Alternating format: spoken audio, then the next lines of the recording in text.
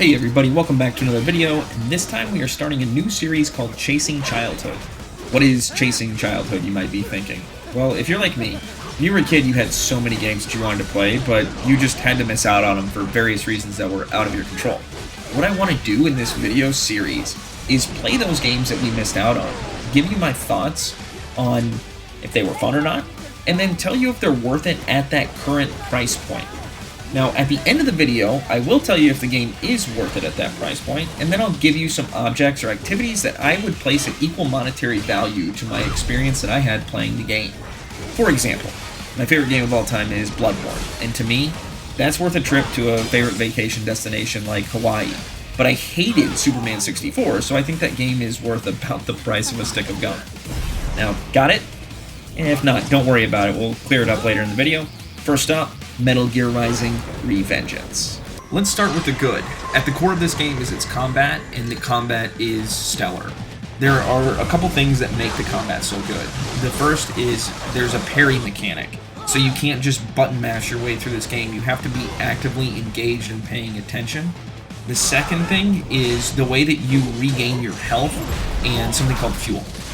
So the way that the gameplay works is as you damage enemies, you gain fuel, and when your fuel level gets maxed out, you can hold the left trigger and it puts you into blade mode. And what blade mode does is it allows you to slow time and swing your sword super fast. And also, during this, you have these highlighted parts on the enemy come up. And if you hit those highlighted parts, you can steal their life and their fuel source, which maxes yours out in return. It's an awesome, engaging mechanic, and the combat overall just feels great. The game is super stylish too, and the visuals and that style have really aged gracefully in the last 10 years. It is very over the top, but anybody that's played a Metal Gear Solid game knows that that's part of its charm. Another great thing about the game is boss fights. They're just everything I look for in boss fights.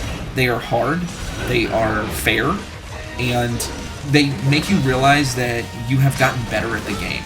And then the final thing and most important thing is that you start to feel like the boss. There is a moment in each boss fight where there's a switch that flips and you realize, like, I've mastered this and I'm about to mess this enemy up, and it feels so good.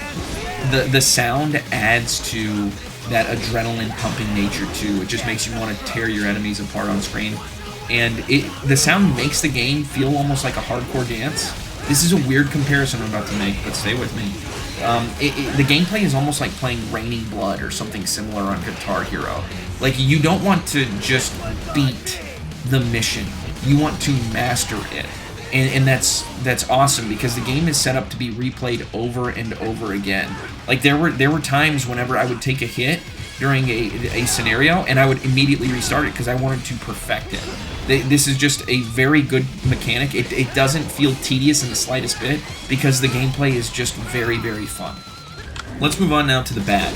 The game is terrible at explaining literally everything. Like everything. The pairing mechanic explanation, I thought I understood it, but when I tried the first mission, I was just getting messed up, and so I had to look on YouTube for how to actually do it. And if I didn't look that up on YouTube, I was so frustrated. I probably would have just quit the game. But it's not just a pairing mechanic. It is literally everything. Either the game does a terrible job explaining it to you, or it just doesn't bother explaining the mechanic to you at all. Another thing that's bad is the camera. It's terrible. My favorite game series is Dark Souls, and people talk bad about that camera, but I don't mind it, and I usually don't mind cameras in games, but this camera is horrible, which is mind-boggling for an action game. Like, the camera whips around if you get too close to a wall, 180 degrees, and it does it really fast, and it is nauseating, and it just takes you out of the flow of combat. Another thing is the too many calls from NPCs. Before you get into a combat scenario, you get a call. Right after, you get a call. You're going to open that door, you get a call. You're about to go into a boss fight, you get a call. You finish the boss fight, you get a call. Just stop calling me, bro. I don't care. Just stop calling me. Another thing, I don't like the stealth sections in this game. It goes against just a hack and slash genre. I get it's Metal Gear Solid, but I'm not playing this for stealth. I'm playing this to walk into a room and just cut everything up. The game itself is also really short. It took me 4 hours and 12 minutes to beat. It does beg to be replayed, almost in a sense like a roguelike, kind of in a way. Like, you don't get new... I mean, you can get new stuff, but it's not exactly like that. But still, it's just super, super short. Some things on the PC port that, specifically, the highest resolution is 1080p. And, you know, back in 2013, that's fine, right? But 2023, it was kind of jarring at first, but you get used to it because the visuals do look pretty good and the style is nice. But if you're using an HDMI cable, like I was, for my GPU, your game is going to be locked at 24 FPS, and the game is going to run in slow motion. I'm not joking, like, you literally go in slow motion. I thought I was, like, I thought I was hallucinating or something at first, but no, it really runs in slow motion. Eventually, you fix it by using a DisplayPort cable, but that's something I had to look up myself, which just kind of sucked. And then the final thing is, it only runs at 60 frames per second. Now, I get it, 2013, 1080p, and 60 FPS, perfectly acceptable, but playing it in 2023, after, you know, playing everything in 4K in, like, 120 FPS, it doesn't feel so good. So let's get to the reason why you're here. Is Metal Gear Solid Rising Revengeance worth it for $30 on Steam right now? At $30, I do not recommend buying this game. I think Devil May Cry 5 is a much better game for that exact same price. Bayonetta is similar to my experience that I had for Metal Gear Rising Revengeance, and it's only $20. So I think a fair price for Metal Gear Rising Revengeance, the experience, is about 15 bucks.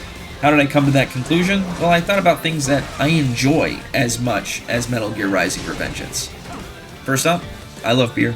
A nice six-pack of good beer, man, that goes a long way for me. Another thing, a movie ticket to see something like John Wick 4. You know, and both of those will last about the same amount of time that you will have playing this game, at least on your first playthrough. I love Under Armour, so I gotta say, a cheap Under Armour workout shirt. Man, that's a gift that keeps on giving. And then on that same note of gifts that keep on giving, a Bath & Body Works candle. You can get those things for 15 bucks, and they last for hours and hours and hours, make your room smell really good. Now, again, this game does go on sale for $15, and when that happens, snatch it up. But right now, at $30, I would say spend your money on something else, maybe one of the things that I just listed. Thank you for watching the video. If you enjoyed it, give it a thumbs up and subscribe. Hope you have a nice day.